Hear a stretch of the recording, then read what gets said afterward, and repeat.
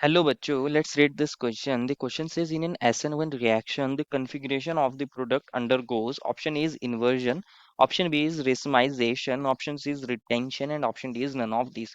बच्चों इस क्वेश्चन में पूछा गया है कि अगर हमारे पास SN1 रिएक्शन हो रही है तो हमारे पास कॉन्फ़िगरेशन जो प्रोडक्ट की होगी वो क्या होगी। तो फर्स्ट ऑफ ऑल बात करते हैं इस क्वेश्चन में हमारे की कंसेप्ट के बारे में। की कंसेप्ट क्या होगा, मैकेनिज्म ऑफ SN1 रिएक्शन। बच्चों अगर मुझे प्रोडक्ट की कॉन्फ़िगरेशन बतानी है तो मुझे SN1 रिएक्शन का मैकेनिज्म पता होना चाहिए कि SN1 रिएक्शन के अंदर मैकेनिज्म क्या फॉलो होता है। SN1 रिएक्शन हमारे पास न्यूक्लियोफिलिक सब्स्टिट्यूशन रिएक्शन होती है, यूनिमॉलिक्यूलर रिएक्शन होती है बच्चों ये।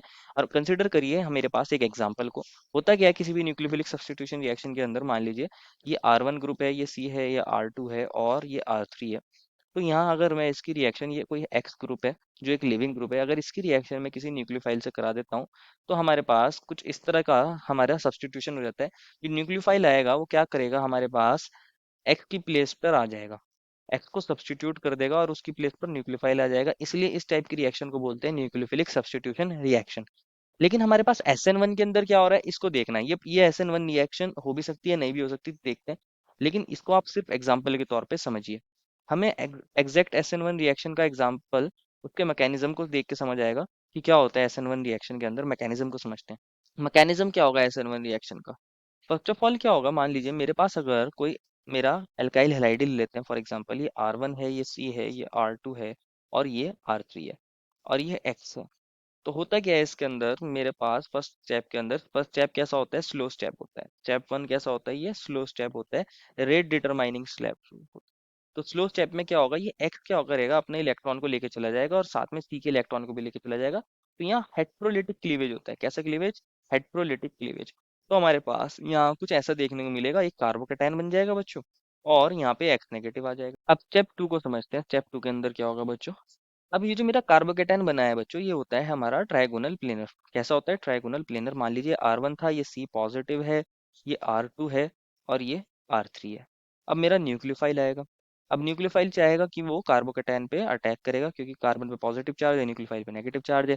ये इजीली अटैक कर देगा। तो कार्बोकेटायन में कार्बन के पास क्या होगा, हमारा एक वैकेंट p ऑर्बिटल होगा जो हमारे परपेंडिकुलर होगा प्लेन के, in which R1 R2 and R3 are present.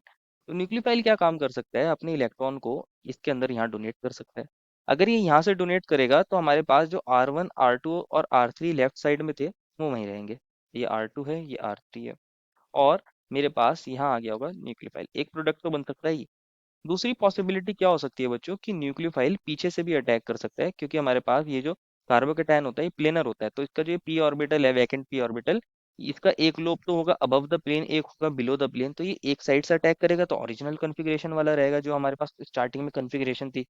और अगर ये दूसरी साइड से अटैक करेगा तो हमारे पास अपोजिट कॉन्फ़िगरेशन वाला प्रोडक्ट बन सकता है। ये मान लीजिए C और ये R1 है, ये R2 है और यहाँ R3 है। तो दोनों के चांसेस होते हैं, क्योंकि ट्राइगोनल प्लेनर है। 50% चांस होता है कि अबव अटैक करे और 50% चांस होता है कि हमारे पास न्यूक्लियोफाइल बिलो अटैक करे। तो दोनों प्रोडक्ट देखने को मिल सकता है। मान लीजिए स्टार्टिंग में मेरे पास ये हमारा जो कार्बन था ये कायरल था। कैसा था, कायरल था। मान लीजिए इसकी कोई कॉन्फ़िगरेशन थी, R थी या S थी। जब ये प्लेनर बन गया है बच्चों तो हमारे पास न्यूक्लियोफाइल अबव भी अटैक कर सकता है एंड बिलो भी अटैक कर सकता है। तो मेरे पास यहाँ दो प्रोडक्ट बन जाएंगे। कितने प्रोडक्ट बन जाएंगे, दो प्रोडक्ट बन जाएंगे, दो टाइप के प्रोडक्ट बन जाएंगे। एक तो ओरिजिनल कॉन्फ़िगरेशन वाला रहेगा। मान लीजिए स्टार्टिंग में कॉन्फ़िगरेशन आर थी तो अब भी कॉन्फ़िगरेशन आर रहेगी। और दूसरे वाला हमारा कैसा बन सकता है, एस कॉन्फ़िगरेशन का बन सकता है। दोनों हमारे पास क्या बन जाएंगे, एनएंशियोमर बन जाएंगे। Enantiomers means non superimposable mirror images. ये दोनों एक दूसरे की मिरर इमेजेस हैं लेकिन नॉन सुपर इम्पोजिबल है। और क्योंकि ये दोनों 50-50% बन रहे हैं, 50-50%, तो इस मिक्सचर को बोलते हैं रेसमिक मिक्सचर, इक्विवोलर मिक्सचर ऑफ। हमारे पास एनेंशियोमर्स को बोलते हैं रेसमिक मिक्सचर और इस प्रोसेस को बोलते हैं रेसमाइजेशन। रेसमाइजेशन। ये जो रेसमिक मिक्सचर होगा ये ओवरऑल कैसा होगा, ऑप्टिकली इनएक्टिव होगा। क्योंकि अगर एस कॉन्फ़िगरेशन वाला हमारा एक प्लेन पूरे राइट को एक डायरेक्शन में रोटेट करेगा, क्लॉकवाइज रोटेट करेगा, तो आर कॉन्फ़िगरेशन वाला उसको अगेन एंटी क्लॉकवाइज रोटेट कर देगा, अपोजिट डायरेक्शन में रोटेट कर देगा। तो ओवरऑल ऑप्टिकली इनएक्टिव होता है और यहाँ हमारे पास रेसमाइजेशन देखने को मिलता है। दोनों टाइप के प्रोडक्ट हमारे यहाँ बनेंगे 50-50%। देयरफॉर यहाँ ना खाली इन्वर्जन हो रहा है। अगर खाली हमारे पास अपोजिट कॉन्फ़िगरेशन वाला प्रोडक्ट बनता तो इसको बोलते हैं हम हमारे पास इन्वर्जन। और अगर हमारे पास सेम हमारे पास कॉन्फ़िगरेशन वाला बनता तो हम बोलते हैं उसको रिटेंशन। यहाँ हमारे पास क्या बना है, 50-50 बना है। तो इसको बोलते हैं हम रेसमाइजेशन। देखो final answer is option number B. I hope you understood it well and best of luck.